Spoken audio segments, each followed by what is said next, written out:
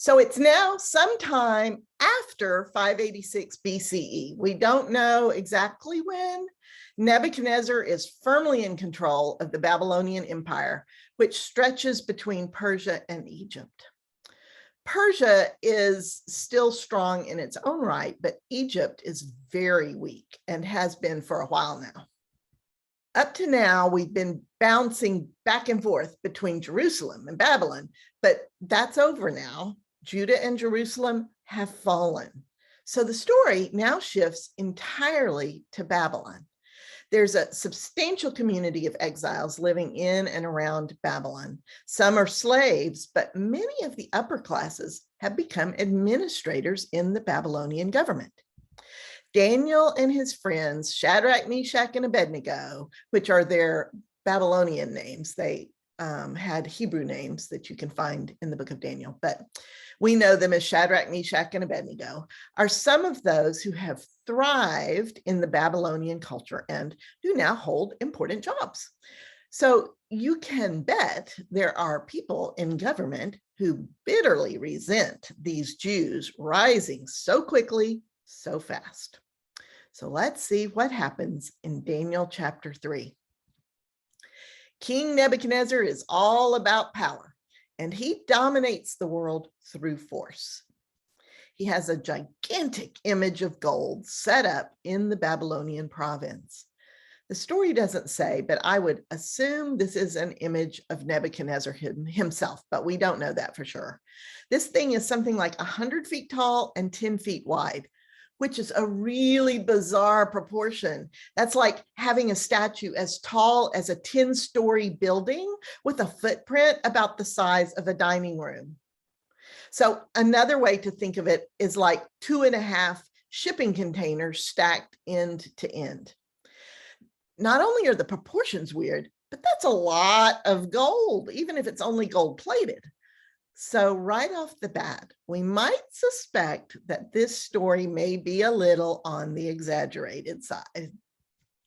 Nebuchadnezzar calls all the provincial officials, all the governors, all the judges, all the magistrates, literally everyone in government is summoned for the dedication of this image. Now, Daniel is not mentioned in the story, so we have to assume he is traveling elsewhere on a diplomatic mission or something. Nebuchadnezzar's instructions are announced to the assembled officials. When the music starts, you must all fall down and worship the image King Nebuchadnezzar has set up. Anyone who fails to do so will be thrown into the blazing furnace immediately. Well, that's a pretty grim alternative. So as soon as the music starts, all the officials fall prostrate before the golden image. All except Daniel's good friends, Shadrach, Meshach, and Abednego, of course. And their enemies see an opportunity. These men are some of the magi who now report to Daniel. They are rivals of Shadrach, Meshach, and Abednego, and perhaps they see this as a way to grab power back from Daniel himself by destroying his closest friends. So they go to Nebuchadnezzar and bring charges against the 3 Jews because they do not worship Nebuchadnezzar's gods, nor do they worship the image of gold. Nebuchadnezzar is furious and summons Shadrach, Meshach, and Abednego. He threatens them with instant death in the blazing furnace if they do not fall prostrate before the golden image and worship it. Then he adds, "No God will be able to rescue you from me." We know that this is when miracles happen, when God's name is belittled in front of pagans, when a ruler of a foreign nation sets himself up in God's place. Shadrach, Meshach, and Abednego are on solid ground when they reply, "Even if you throw us into the blazing furnace, our God is able to deliver us from the furnace and from you. But even if he does not, know that we will not serve your gods, nor will we worship the golden image you have set up."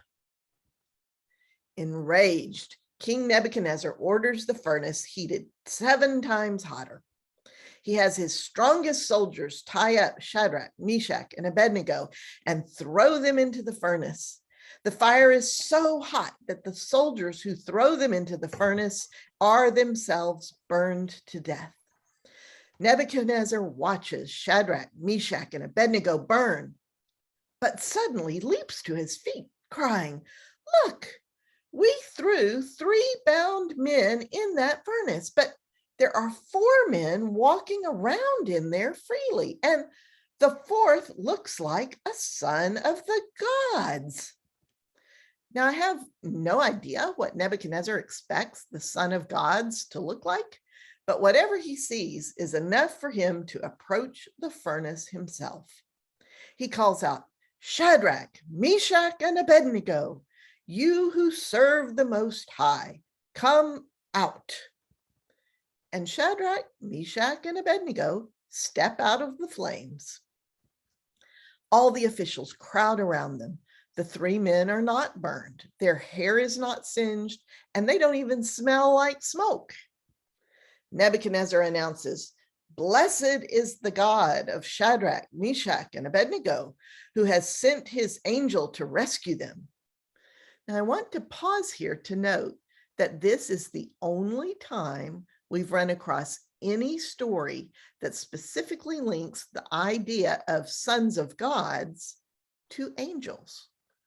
Earlier in the story, Nebuchadnezzar calls the figure in the fire, that 4th figure, a son of gods. But here he uses the word for angel. This chart is a gross oversimplification, but the ancient lore of Mesopotamia often refers to a high god, sometimes called El.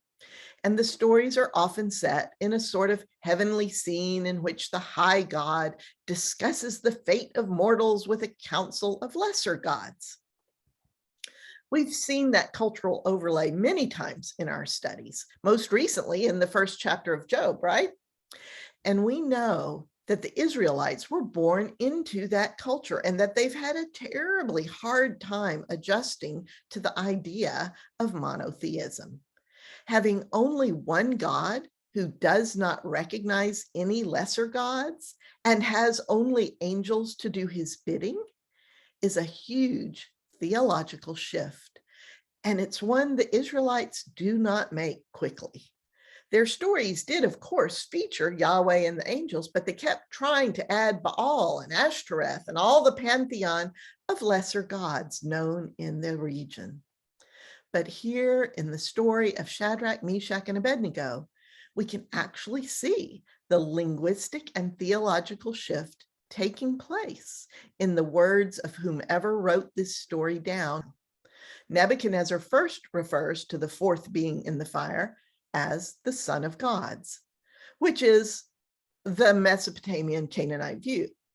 But here in verse 28, Nebuchadnezzar refers to him as an angel, which would correspond to the monotheistic view. So it's super interesting, I think, to see this shift taking place where we can actually see it in the text.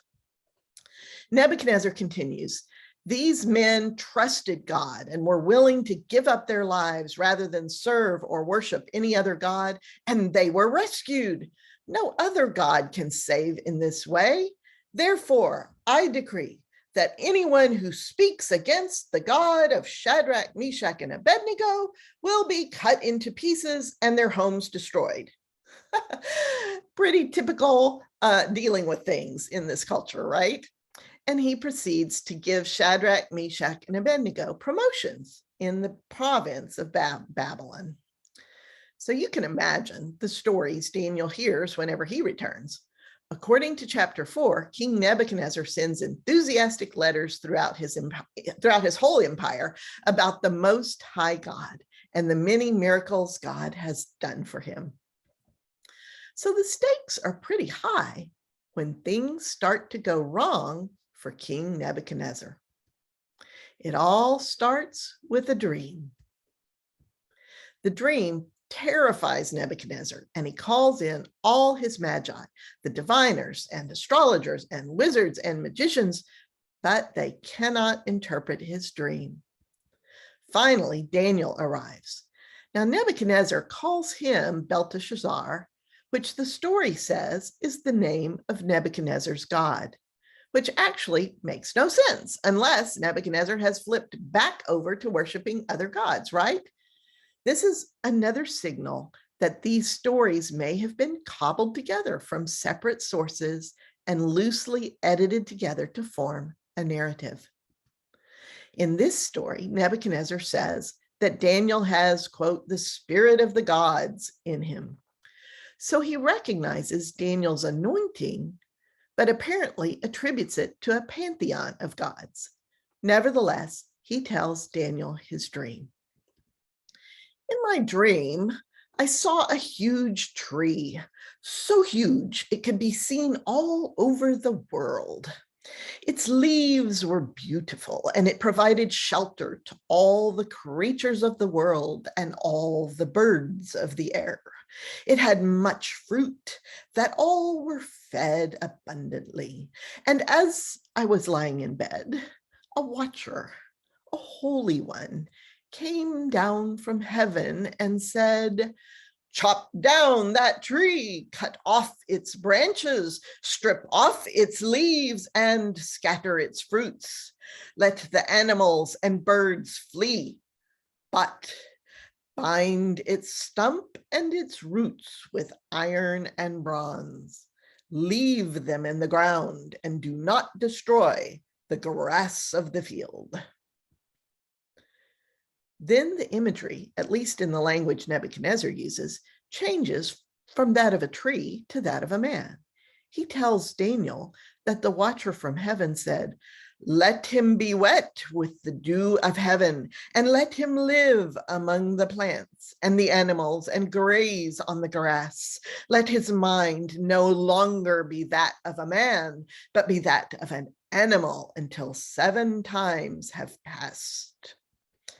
This is the verdict, so that those who are alive will know that the Most High has authority over the kingdom of men and will set over the kingdom the lowliest of men." So what does that mean, Belteshazzar? Well, Daniel doesn't want to answer immediately. This dream does not sound good. And when he does understand what it means, he is greatly alarmed. But Nebuchadnezzar tells him, "Don't be afraid to tell me what it means." And Daniel says, "I wish the dream was meant for your enemies, O king. That tree is you. You are the great, strong tree filling the earth.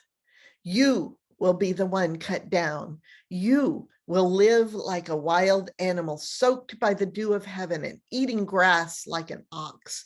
After 7 times have passed, you will finally acknowledge that the Most High is the true sovereign and gives the kingdom of men to whomever he pleases. But there is good news. The stump that is left means that your kingdom will be restored to you after you acknowledge that heaven rules.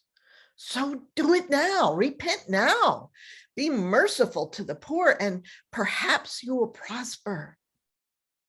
Well, apparently Nebuchadnezzar does not take Daniel's advice. And nothing happens. It all seems to just go away. But 1 year later, King Nebuchadnezzar is out walking on the roof of his grand palace in Babylon, looking over the city and saying to himself, "Look what I have built."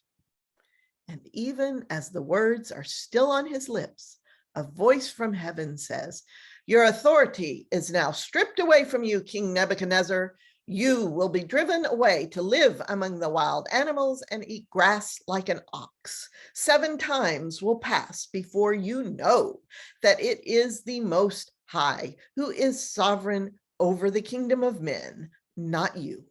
The Most High gives the kingdom of men to whomever he wishes."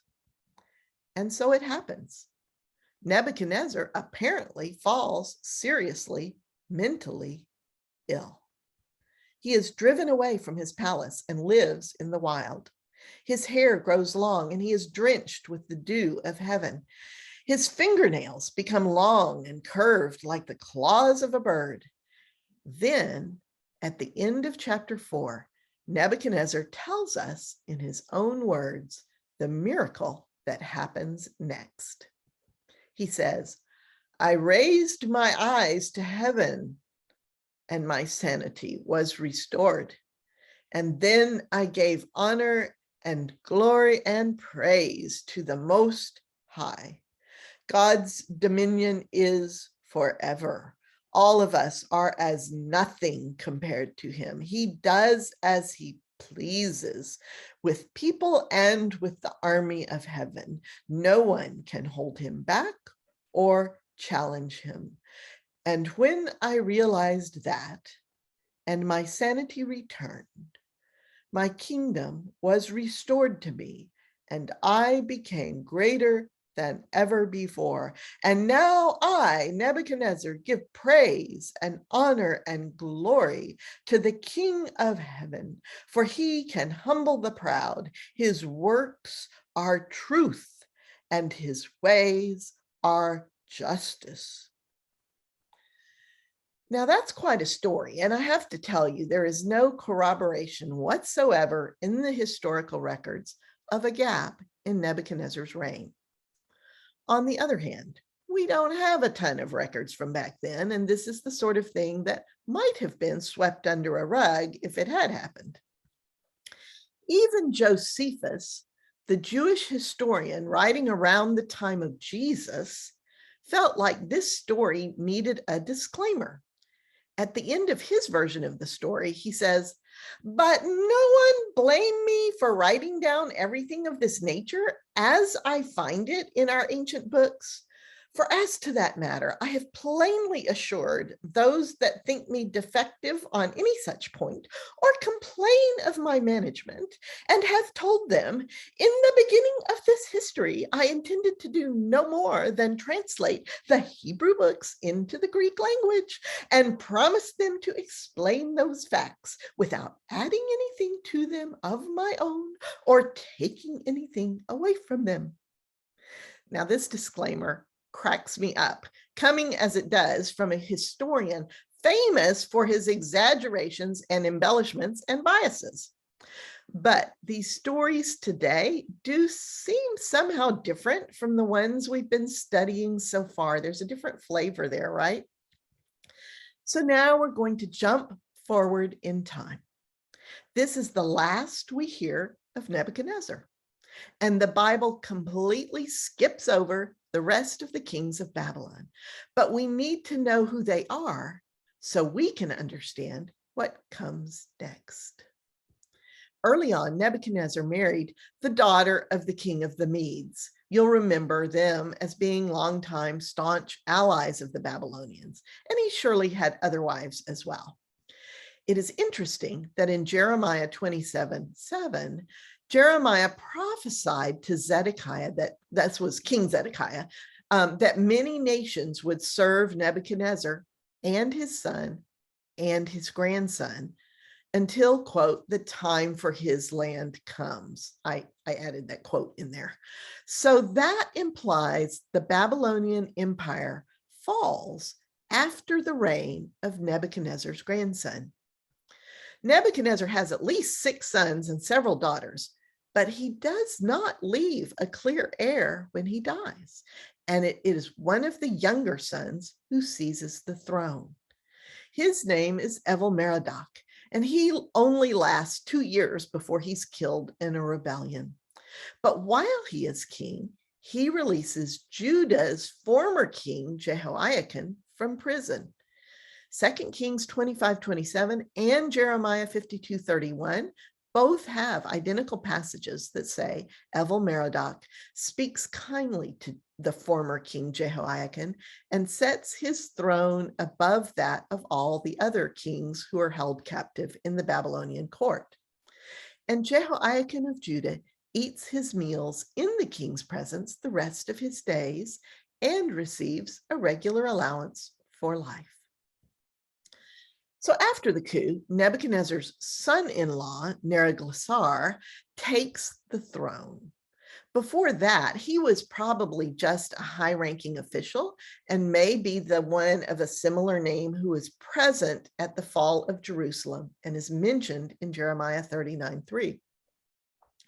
So things get a little fuzzy here, but it looks like Neriglissar dies and his son, Labashi-Marduk, takes the throne. But Labashi-Marduk only holds it a few months.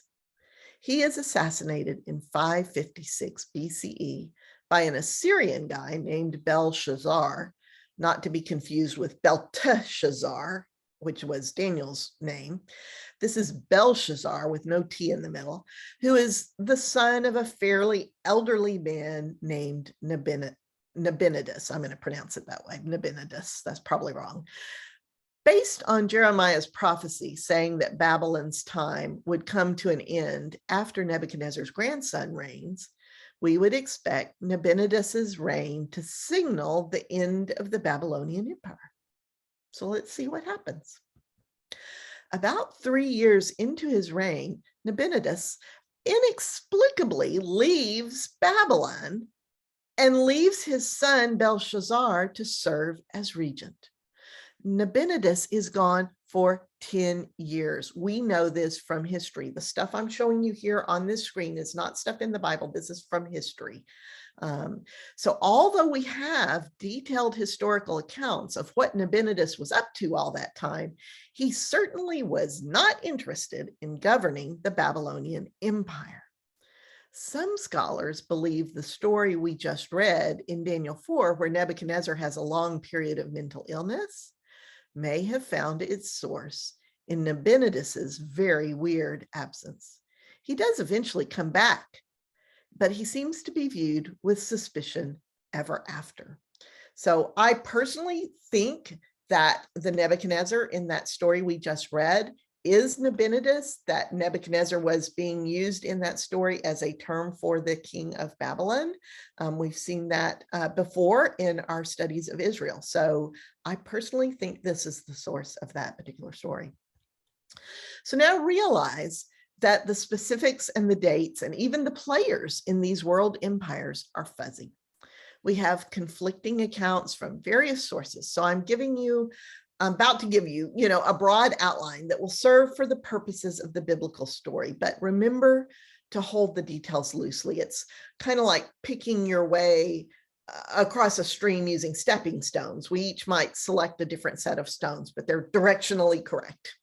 So I'm sharing the details that I think make the most sense here. So here we go. Up until this point in the story, Babylon has been close allies with the Medes to the north. They share bloodlines and borders, but the Medes have been busy in their own right. They've expanded across the entire northern portion of what used to be the Assyrian Empire. Furthermore, during Nabonidus's absence, a strong new king named Cyrus has come to the throne in Media, but he has much larger ambitions. He seizes power from the Medes between 554 and 550 BCE and begins to consolidate a much larger empire that includes the Persians. Here's an old map showing in yellow the combined empire of the Medes and the Persians under Cyrus. Cyrus begins to identify himself as being of Persia. The Babylonian Empire is shown in green there along the Euphrates and extending down into Palestine. You can see how it is shrinking. Egypt is in lime green there at the lower left corner, and you can see the kingdom of Lydia has grown up in the west, and it's shown in dark blue. Well, Cyrus of Persia continues westward and sets his sights on the Lydians there in the west in the dark blue. And it's here that we will stop this week, with the Babylonian Empire ruled by their regent Belshazzar, with an absent King Nabonidus and a growing threat from the now combined Mede and Persian empires to the east and the north of them. So we will go into our breakout groups here and talk about some of this. There you are. How fun was that? Turn your mics back on so we can hear each other. Not enough time. True. Fascinating, huh? Yeah. Yep. So the setup here was just an understanding that Daniel is like this really amazing book that is written completely in a time of transition. It's written in Hebrew and Aramaic, and it's got all these different kind of words that are in it, and it's got these bizarre stories that seem to be, have roots in myth, and then we're going to get to these amazing prophecies and visions that are super important to our understanding of the end times. It's just an amazing book. And I gave just a little a small timeline letting you know that the events, of course, I showed you while we were talking, that the events are back in the 550, 540, 530 area timeline in the book of Daniel, this part that we're reading. But it doesn't get written down till around 165 BCE, which I'll explain that date in a couple of weeks when we get further down to the end of Daniel. But think about that timeline from 165 to Jesus' time. You've got maybe 100 years, you've got your 165 years for it to become canon. All right. And that just not a lot of time, for something it was clearly perceived as important. Those stories from back in the 500s were clearly seen as very important and central, to the Jewish faith, even though they didn't get written down till much later. And in the study guide, I mentioned the Council of Yavne in 90 Common Era, which would have been just shortly after Jesus' crucifixion and the fall of Jerusalem again. That council, I just added while y'all were talking, I added a little footnote in there to tell you that the authoritativeness of that council is up for scholarly debate, whether there was really a great big council or not. Just know that the Jewish canon was fairly solid, and fairly quickly after that, becomes really solid sometime between the time of Jesus and, when in that first several hundred years, they get all the bits nailed down. But Christians, of course, don't start nailing down our canon until after Jesus' death, right? And all the Gospels are written and all the rest of the books are written. So we've just entered into a portal of time in the Bible where things are mushy. And so I'm trying to pull out some of that for you here. So I mentioned also that the book of Daniel actually it ends with chapter 12 in our Bibles, our Protestant Bibles, but the Catholic Bibles include a chapter 13 and a chapter 14, which are part of the Apocrypha, and we're going to actually look at those in a couple of weeks, because when we come to the story that they relate to. So in the story of the big golden image and the burning in the furnace of Shadrach, Meshach, and Abednego, I pointed out that the dimensions are like wacky.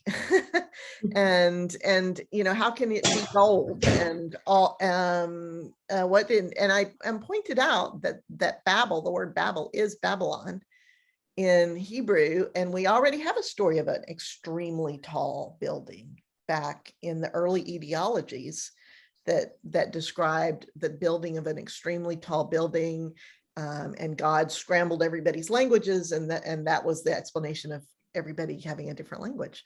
What did y'all come up with in terms of why the big weird image here? We thought maybe it's just like 40 means awful big. There speaks a new biblical scholar. Oh, I can't Well, hear we you, thought- Martha. Talk. You're muted, Martha. I didn't hear what she said. Could you repeat it?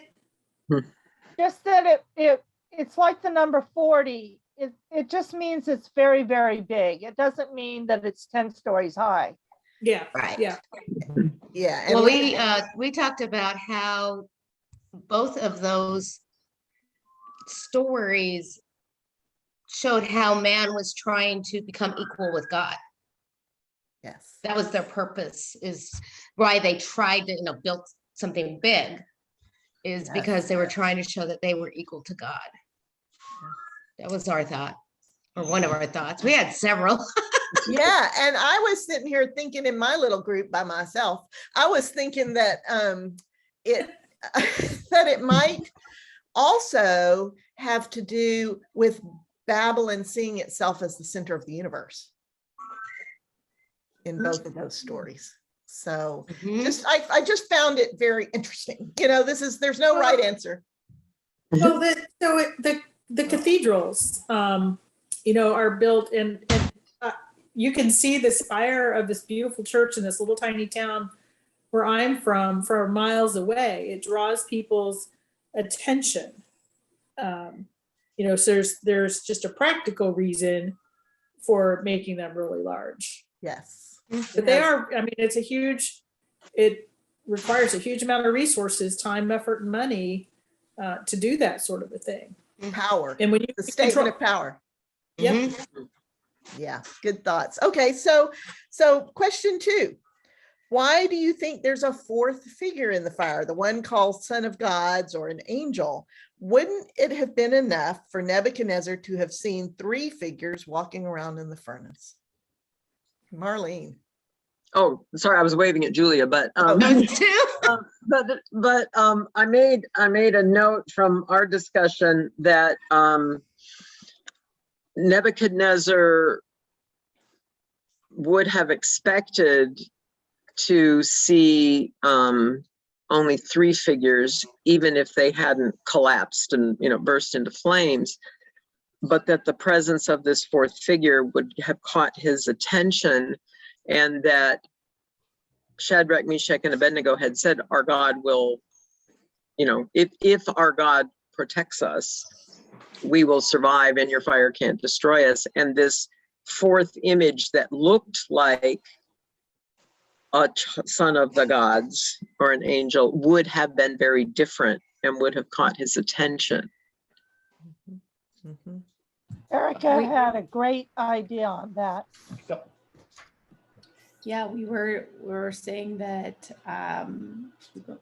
the possibility of Nebuchadnezzar equating Shadrach, Meshach, and Abednego to be gods, if it was just the 3 of them, they may have come out and been equated to be gods that are to be worshipped, versus God potentially bringing the 4th to give the honor, glory, and praise to the one true God. So that is very, very perceptive. And that is a great point, that God needed the 4th figure there to keep that from happening. Well, Martha brought up that it also reminded her as a transfiguration, Oh, because there were 3 humans and 1 God. cool. Martha, you want to say any more about that? No. I thought that was very I felt like it perceptive. was a stretch, but I do think, but Erica's, I think it was Erica's comment there about Ellen has the glasses. Erica doesn't. Okay, sorry, Ellen's comment that Nebuchadnezzar needed to see that they weren't the gods. Yes. Mhm. That makes sense too.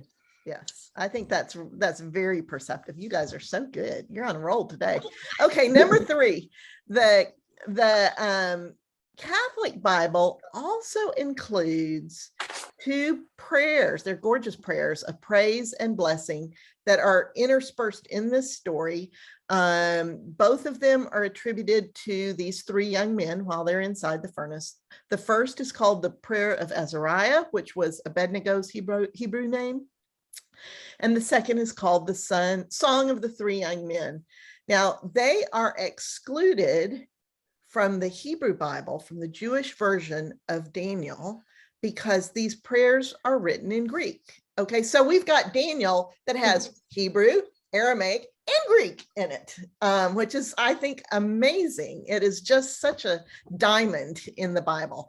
And so the Hebrew Bible excludes those two Greek prayers because they say, obviously, those were inserted later after the Greek Empire took over everything and, doesn't belong there. And the Protestants exclude it for the same reason. The Catholics leave them in. So the question was, given this and some of these, the nature of these stories and how they are different than in tone and feel from so much that we've studied up to now, it's like we're like we stepped into a different room, in the Bible. Where would you draw the line? Would you use the language? Would you say, well, if it's Greek, it doesn't belong in the Hebrew Bible? It doesn't belong in the Protestant Old Testament, doesn't belong in the Old Testament at all? Or would you let the Greek stand? Would you let these other stories stand? How would you measure? Where would you draw the line? Not to be humorous, but we decided that was above our pay grade. You punted. Because it doesn't have to be language. You can use some other criteria. Well, we got into how do you figure out what the different councils, what was their lens they were looking for? And it seems like a lot of it has to do with end times. So it's like they're stuck. They're like people today. End times are going to happen tomorrow, which they will, but but that's what they say, is they're so wrapped up in the end times that they're missing the here and now. So they look at what happened a long time ago, and they look at what is going to happen, but they don't look at what the here and now was. And we wondered if that was kind of like one of their yardsticks to how they picked what verses were included and what verses weren't included. Right. It's certainly, if you think of it from the Christian point of view, that was certainly their single focus. I mean, they were watching the sky every day for Jesus to come back. They'd sold all their belongings. This was like happening now. So you could see why they would give weight to that, But on the Christian end, we did not begin really solidifying who we are as Christians from a canonical and theological perspective. There was a lot of dialogue for about 400 years, and then things started to solidify and continued. And there were choices made, and we will talk about the choices that were made and who made those choices. And then, we rock along until 1500 when we've got the, or until we have the Protestant Reformation, right? And it is important, the question that Renee raises. So we want to make a note to self that when we look at how books were chosen for a particular canon, for a particular religion, much less denomination, but for a particular religion, that we ask the question, who's doing the choosing and what's their stake in this? So this brings up probably a question from way out here in left field. Do you think that with the ongoing scholarship related to the Dead Sea Scrolls, that there will need to be another canonical type conference of some kind to decide if changes need to be made to the current canonized Bible? The Dead Sea Scrolls, they continue to work on that, but they know the shape of the things that they found. So they know which scrolls of the existing canon that they found. And they know which scrolls that they found and have read, which scrolls had to do with the beliefs of the Qumran community who owned these scrolls. And so my short answer would be no, I don't think so. Because I think that, the things that we found are fairly easily divided between, oh, this was what this community believed versus this is more universal, So there's certainly some very interesting beliefs in the Qumran community around what the Messiah meant and who that would be, or the two people that would be, and some of their particular beliefs, because those would have been very prevalent during Jesus' time as to what Messiah would look like. The Qumran community was contemporary with John the Baptist and Jesus. So it would, in fact, many scholars believe John the Baptist may have been part of that community. So it was just it's very interesting to look at that. We won't dig into all that stuff. That will be something you can look up, but it is, I do not think that we will have additional books added to the canon or anything like that. Okay, there won't be like substantial changes to passages, things like that. No. Okay. That's my gut feel. We've had it out there long enough that I think it's solid. Bye-bye. Hi, Woody. Hi, Woody. We miss you. I think it really What other? politically I heard somebody. decision whether or not to call another council. I think it would be. I'm not so much sure that it would. I think there would be huge fights over, is everything that's in there supposed to stay? It would be fascinating to see what might motivate another council. Yeah. And not necessarily with the idea that some folks would want some things taken out, but what motivated any group at any given time to get together, and who got to be in the council, I cannot imagine wasn't enormously political. Mhm. Yeah, it would boggle the mind in today's day and age, right? Mhm. We can't even agree on verses. So if, to get back to the question, what kind of criteria would you use if you were looking at all this material? What kind of criteria do you think should be used to determine whether this is part of the Bible or not?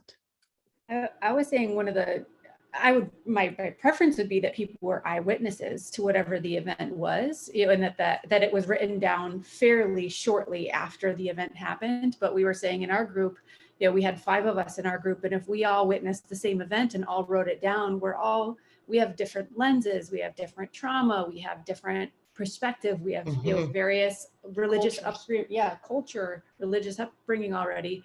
So I mean, that kind of throws a wrench even in my seemingly perfect an eyewitness account. It's still going to have some potential tampering with. And for many of these stories, they were oral first for hundreds and hundreds of years. Yeah, why was that? Because I was noticing, with the Daniel you had said in that third paragraph, so occurred around 550 BCE. It was written down around 165. Why?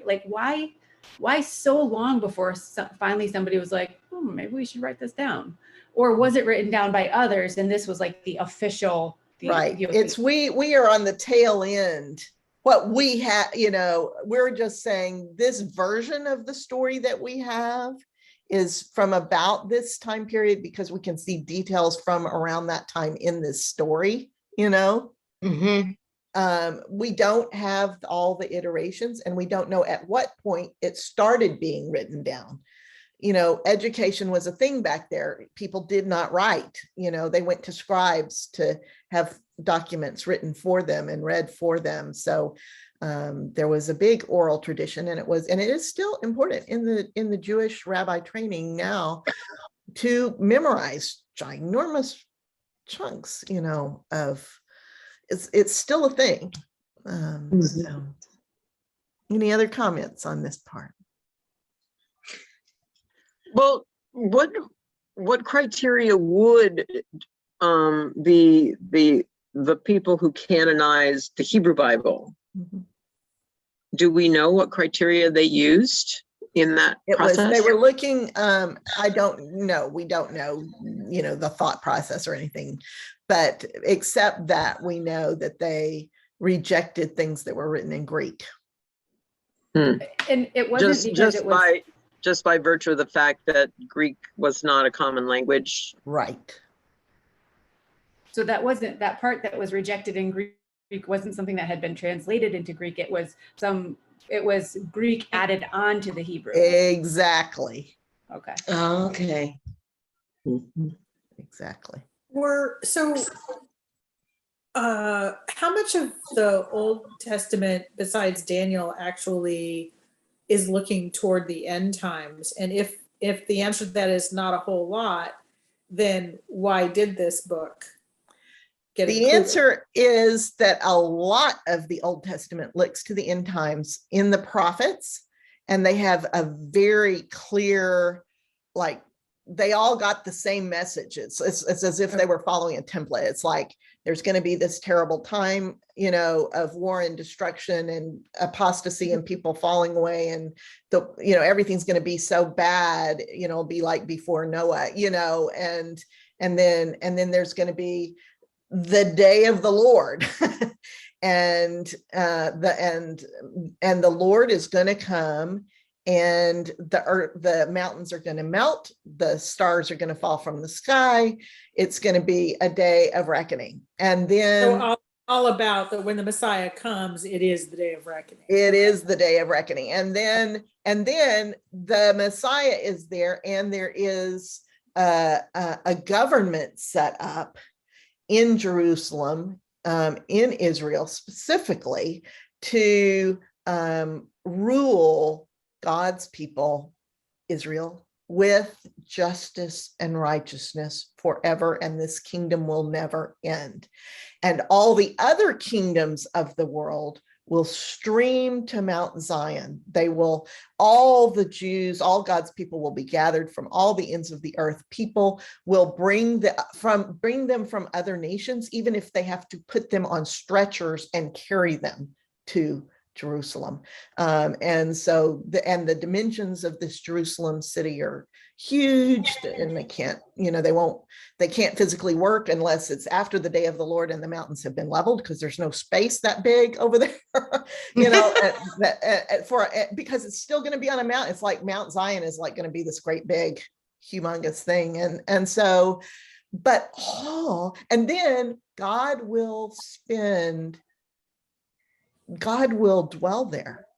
That mountain will be where God dwells with his people, and life and healing will flow constantly from that place. There will be a river that flows from that place that is for healing, and everybody will know that God is there, and there will be no more war. There will be no more attacking of Israel. It's a time of peace. So the prophets are all just hugely consistent on this. What's different in Daniel, we are going to get to, but Daniel has some specifics about the timing of all of this. Daniel has a series of visions in which he in which God sends angels to talk to him and tell him, well, this many times, they use the word times, which we see in as we work through that these are years, that's a word for years, but there's a little wiggle room there, and we will see Daniel talking about hearing these prophecies about what will happen over this particular period of years, when the Messiah will come, what will happen at the end time. And so Daniel is important for understanding that for the Jews, because it's just very detailed, specific information. And it has tons of links back to the other prophets, but it's a lot more information. And then it's important to us because Jesus talks about what Daniel said. Mhm. So Daniel is a big deal. So we talked a little bit about why, because there's so much prophecy in Daniel, why Daniel was not included in the Hebrew version of the Old Testament as a book of prophecy, but rather as a book of writings. And we were wondering if it was because the other prophets were warning Israel before everything collapsed, Israel and Judah, that if you don't turn from your evil ways, God is going to destroy the nation. And then in the day of the Lord, things will be restored, where it had already happened when Daniel, the perspective of the book of Daniel was written. And so maybe that's why they didn't see Daniel as should be included in the prophets. Right. Yes. Yes, exactly. And really the writings at the time of Jesus, it was the law part, the Torah, it's not really law, but it's the teaching is what that word means, but it gets translated law. And the prophets that you're talking about were what Jesus knew. Those were solid, The writings were the part that were a little soft.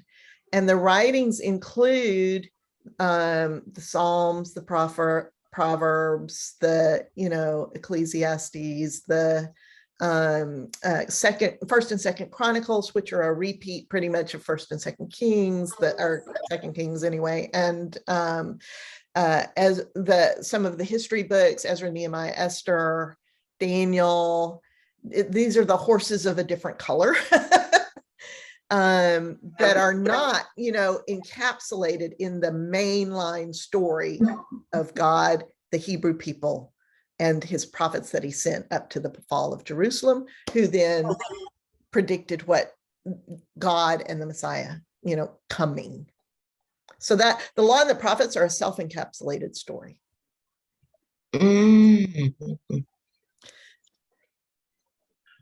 So it's very interesting. And and there is no clean way to say, well, this should be in there and this shouldn't. I mean, there's certainly a lot of people who think the Song of Songs, clearly that pornography should not be in the Bible,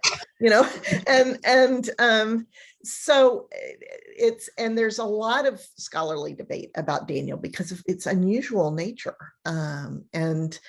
I personally would think that it would require a solid grounding in the law and the prophets, a solid understanding of who God is and how God relates to his people. What are the principles here?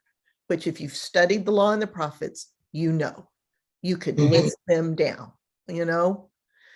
how we deal with the marginalized, how we do justice, those things, the things God cares about, God's incredible forgiveness and mercy and patience, the healing, the wanting of God, the desire, overwhelming desire of God to be with us and to do whatever it takes to make that possible for us. That's the story of the law and the prophets. That to me is the yardstick. And anything that comes afterwards that gets pulled into canon really needs to line up. That's how I would do it. And in doing so, what I end up doing by saying that's my yardstick, that actually opens the door wider, perhaps, to writings that we don't necessarily would consider as Bible, right? But they're still speaking to us. They're things written in modern times that are speaking the heart of God to us. Is it the Bible? I don't really care. You know, I don't care about the lines, is my point. You see, I care about how it's presenting the heart of God to the people. So when we get to the New Testament, and there's some of these kind of iffier things, just like we're seeing here, where there's some iffier things, it doesn't stop when we get to the New Testament. The New Testament isn't any better at drawing this picture, you know. I will cling to what I know about God from the law and the prophets. I knew that our group was right when we said the canon of Pastor Gill.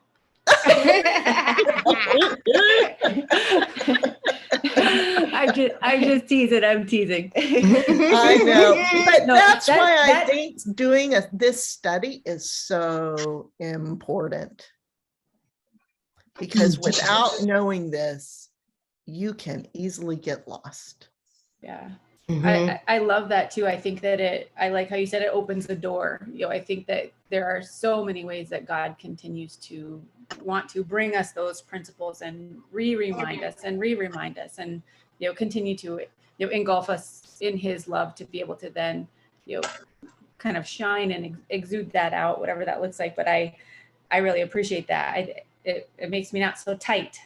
Yeah. You know, it allows me to feel more open, be more open to the various ways that I think historically I've always been a little scared, like that might not be of God. And that, you know, it's like versus if these general, you know, if these principles are in it, like God can interact with me and continue to encourage me in those ways.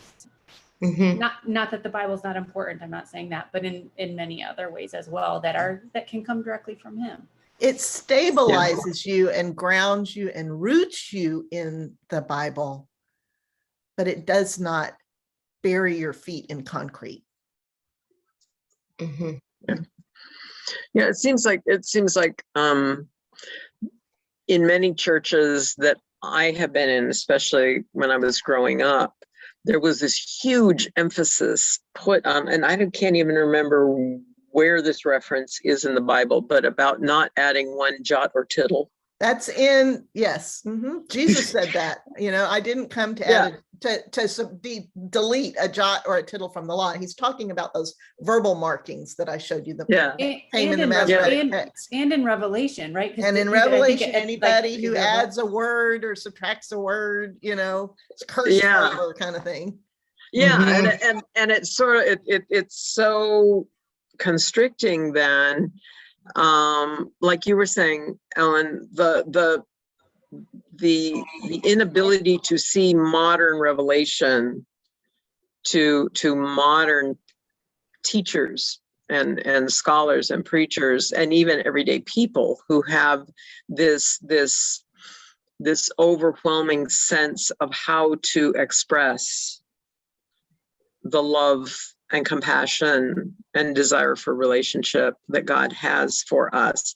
But their message of necessity would have to be suspect if it wasn't completely laden with scriptural references, because otherwise it's not in the Bible. Right. And we just get ourselves all turned around doing that. Yeah, it's in some ways it's almost a form of heresy because it's denying a gift. It's rejecting a gift. Yeah.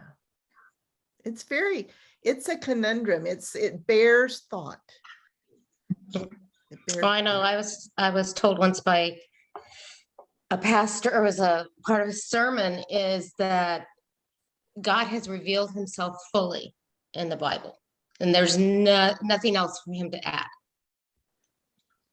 And I thought it was kind of strange at the time, but then it was like, okay, I didn't really think about it. But then the more we learn in this class, the more it's like, no, you're wrong. Well, when people, that's a thing. And that's, you hear those exact words come out of probably every Protestant's mouth, that's in the tradition, that early tradition. That's a thing. Sola scriptura, only the Bible. Mhm.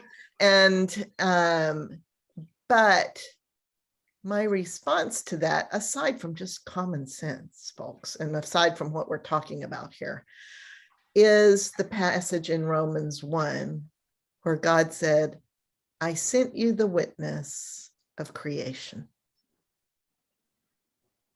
Mhm. You should know me through that. If God says God is revealing God's self through creation actively in the new century, in the time of Jesus, creation didn't go anywhere. We would have that same responsibility, right? Mhm. God is still revealing himself. Yeah. That's just one of the ways.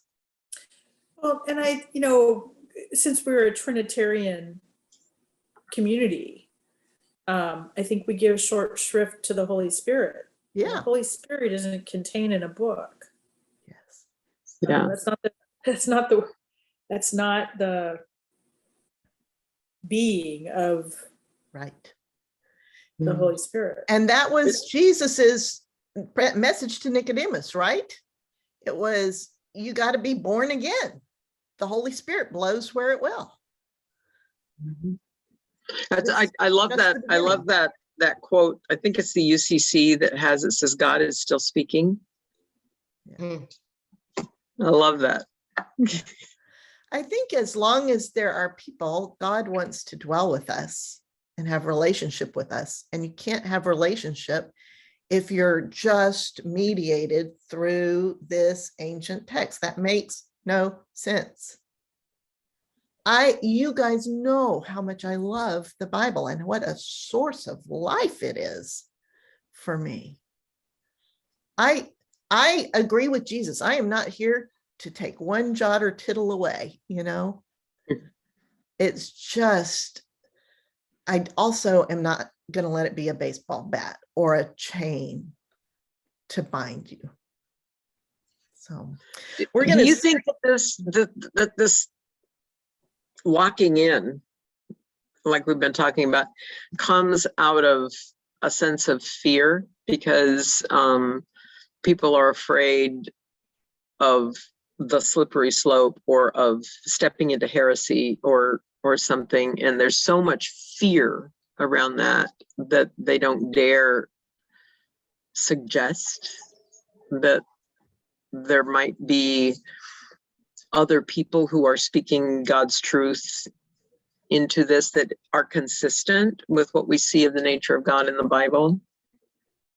I think that's a lot bigger than just that. Go ahead, Martha. I think that control is a big part of that, which relates to fear. A whole lot of control in that. Yeah. There's power invested in the hierarchies that have been built. The control of the narrative. Yeah. And And I wonder too, oh, go ahead. No, I think you go ahead. even in getting a visual of some of what we've been reading, watching The Chosen, not that The Chosen has it right, but it just makes you wonder a little bit. The fear and the control is based on humans' attempt to try to bring justice. Like it goes, so it's almost like the fear, control, and lack of justice is what keeps us binding and keeps us from really allowing God to do that for us.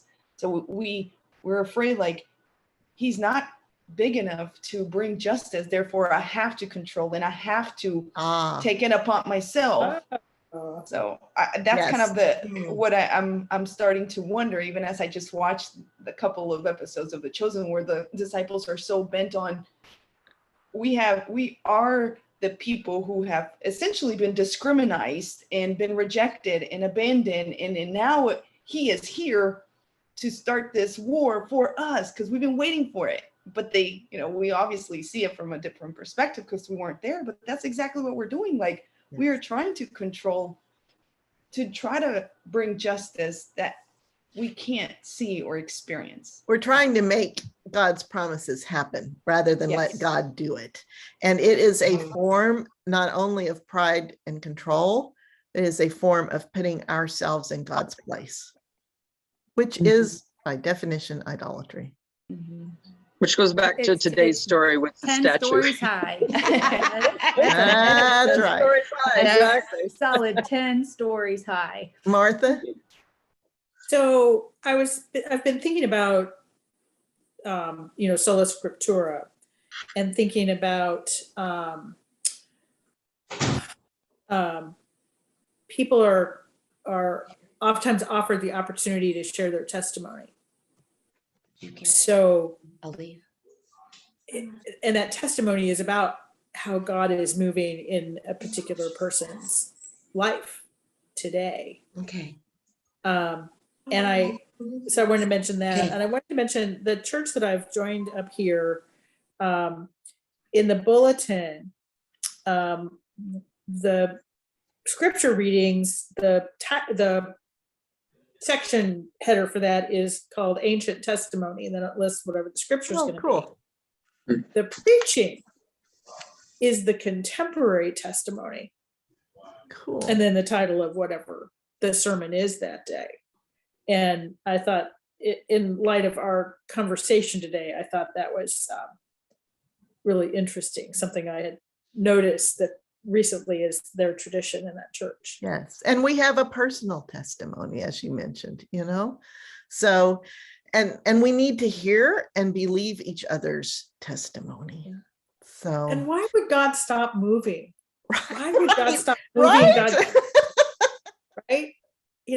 Every time I think I've given up on the idea that humans are so, here's a loaded word, so evolved. When we still do some of the horrific things that we do that are the same things that were done when these words were written down. Yeah. These horrible things that were done. These terrible exclusions and acts of violence and Yep. overreach. Well, Yeah. this has been a wonderful Thank you. discussion. But we're gonna have to stop because we're way over time, and after a point the file gets too big for me to actually do. So I don't want to lose all this. So I'm gonna stop it here and we'll get back together next week. Love to you all. Bye. Bye.